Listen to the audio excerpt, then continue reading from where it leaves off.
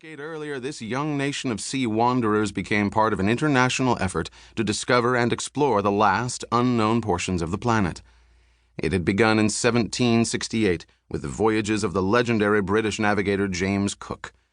Earlier explorers such as Columbus and Magellan had been in search of new ways of getting to old, already well-known places, in particular the spice-rich islands of the East Indies. Their discoveries had been accidental. There had been nothing accidental about Cook's explorations of the South Pacific. When he returned with reports of palm-fringed islands teeming with people, plants, and animals unlike anything ever seen before, the scientists of Europe clamored for more. In the decades to come, England sent out 28 exploring expeditions to the Pacific. France followed with 17, while Spain, Russia, and Holland mounted a total of 13 voyages among them. In spite of all these efforts to probe the islands of the Pacific, there remained a region that had so far resisted scientific inquiry: the ice-studded mystery at the bottom of the world. Cook had ventured below the Antarctic Circle and found nothing but snow and ice.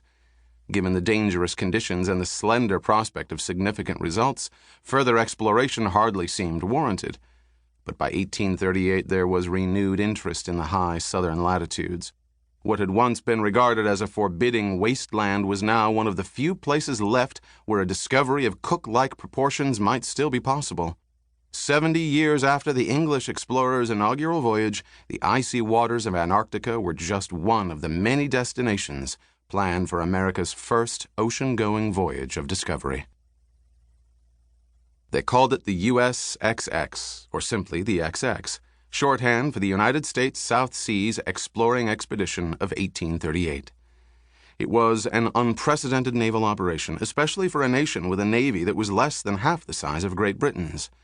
Whereas most European exploring expeditions comprised 2 modest-sized ships, the American squadron consisted of 6 sailing vessels and 346 men, including a team of 9 scientists and artists, making it one of the largest voyages of discovery in the history of Western exploration. No American or European expedition could compare in size to the flotillas launched by the Chinese Emperor Yung Lo in the first half of the 15th century, some of which included 27,550 men and ventured as far as the east coast of Africa and perhaps beyond. When China chose to disband her fleets of discovery, Portugal became the world's leader in exploration. Under the guidance of Prince Henry the Navigator, Portugal developed a new type of vessel called the caravel, specifically designed for exploration.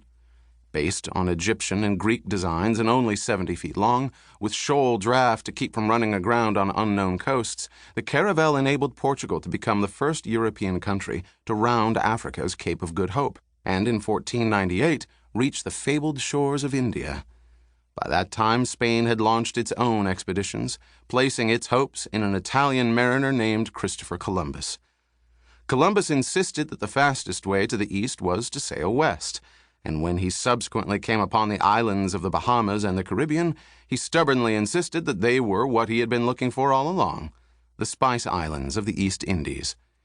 346 years later, the history of exploration had come full circle as a nation from the New World Columbus refused to believe existed launched its own voyage of discovery. With the USXX, America hoped to plant its flag in the world. Literally broadening the nation's horizons, the expedition's ships would cover the Pacific Ocean from top to bottom and bring the United States international renown for its scientific endeavors as well as its bravado. European expeditions had served the cause of both science and empire, providing new lands with which to augment their country's already far-flung possessions around the world. The United States, on the other hand, had more than enough unexplored territory within its own borders.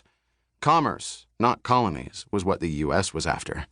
Besides establishing a stronger diplomatic presence throughout the Pacific, the expedition sought to provide much-needed charts to American whalers, sealers, and China traders.